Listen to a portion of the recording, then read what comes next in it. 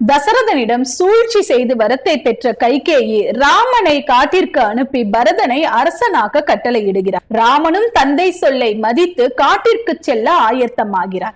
இதை கண்டு பொறுக்க முடியாத லக்ஷ்மணன் கைகேயியை தாக்கச் செல்கிறார். அப்போது லக்ஷ்மணனை தடுத்து ராமன் கூறியதாக அமைந்திருக்கக்கூடிய கம்பராமாயண வரிகள் இது. நதியின் பிழை அன்று நறும்புணல் இன்மை அன்றே பதியின் பிழை அன்று பயந்து நம்மை புரந்தால் மதியின் பிழை அன்று மகன் பிழை அன்று மைந்த விதியின் பிழை என்பது இந்த பாடலுக்கான பொருள். நதி ஒன்று காய்ந்து அழகற்று இருந்தால் அது நதியின் குற்றம் அல்ல, விதியின் குற்றம். அது போலத்தான் இதுவும். தாய் கைகேயி மீதோ முடிசூட போகும் தம்பி பரதன் மீதோ காட்டிற்கு போகச் செல்லும் நம் தந்தை மீதோ குற்றமில்லை, இது விதியின் குற்றம் என்று சொல்லி இருப்பார். இந்த கருத்தை அப்படியே உள்வாங்கிக் கொண்டு கண்ணதாசன் அமைத்த பாடல் வரிகள் இவை.